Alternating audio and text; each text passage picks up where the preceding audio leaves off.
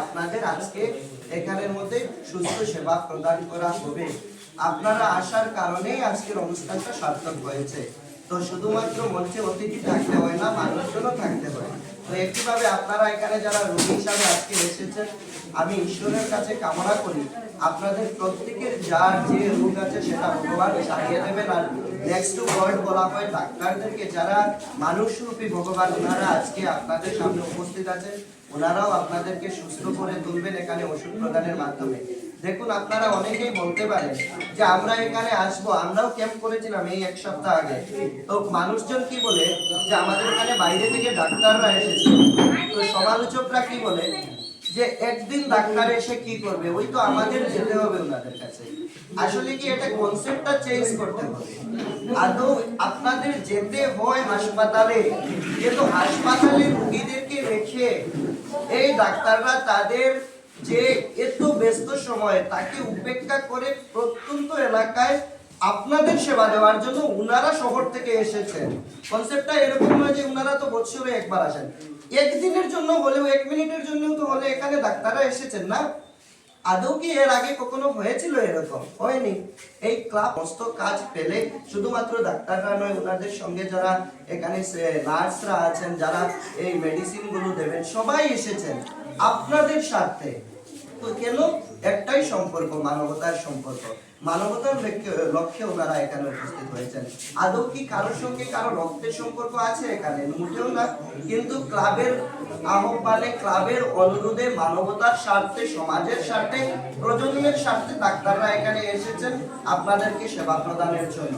আর আপনাদের সেবা দেওয়ার লক্ষ্যে ক্লাব এই ধরনের মহান উদ্যোগ গ্রহণ করেছে। আমি আপনারা যারা এখানে উপস্থিত আছেন তাদের কাছে এই বন্নিশিক্ষা ক্লাবের জন্য একটা হাততালি চাইছি। কারণ কি, এটা প্রশংসার দাবি আছে।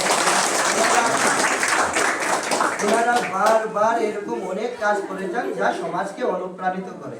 আমি আমার আলোচনার বিশেষ রাখছি না, এই উদ্যোগের সফলতা কামনা করি। তৎসঙ্গে একটা কথা বলতে চাই, বিগত কিছুদিন পূর্বে আমরা আর্কি ফাউন্ডেশনের উদ্যোগে, যে গল্পটা আপনাদেরকে অনুপ্রাণিত করতে পারে, যে আর্কি ফাউন্ডেশনের উদ্যোগে আমাদের ক্লাব মিলে আমরা একটা ক্যাম্প করেছিলাম। তো সেই ক্যাম্পেও প্রায় 89 জনের মতো রোগী এসেছিল। কারা এসেছিল? আমাদের আমদিল্লা গ্রাম, বরগুল গ্রাম, জালাইবাড়ি গ্রাম, লালছড়া গ্রামের অত্যন্ত গরিব এলাকার মানুষজন, যারা শহরে ট্রিটমেন্ট করানোর জন্য যেতে পারে না কিংবা এই ওষুধগুলো কিনতে পারে না। এবার কি হলো, আমি বলতে চাই যে একজন মানসিক রোগী, ওনার স্ত্রী এসেছিলেন বিগত কিছুদিন পূর্বে। ওনার এই কবজিটা ভেঙে গিয়েছিল, হাড়টা ভেঙে গিয়েছিল এবং এই খুব অসুস্থতায় ভুগছে। আরেকজন কিডনি ফেইলিওর, পুরো 7 থেকে 8 লক্ষ টাকা লাগবে ওর ট্রিটমেন্টে। এরকম একজন সব জায়গাতে ট্রিটমেন্ট করে নিয়েছেন, শেষ টাকা পয়সা। আরেকজন পেশেন্ট এসেছিল 60% কিডনি ড্যামেজ, ওনাকে মানে ট্রিটমেন্টের জন্য কি করতে পারে সুবিধা নেওয়ার জন্য, আমাদের কাছ থেকে জানার জন্য। এই পেশেন্টগুলো স্বপ্নেও কোনোদিন ভাবেনি যে ওনারা হায়দ্রাবাদে গিয়ে ট্রিটমেন্ট করবেন, অন্ধ্রপ্রদেশে গিয়ে ট্রিটমেন্ট করবেন। আমি এখানে কারো বিজ্ঞাপন দিচ্ছি না, শুধুমাত্র কথাটা বলার জন্য বলছি।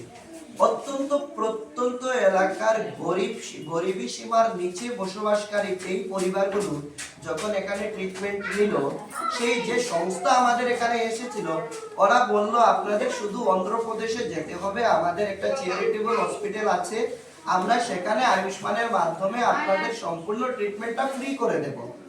একটা বাচ্চা মানসিকভাবে এই বিকলাঙ্গ, আপনার দিব্যাঙ্গজন একজন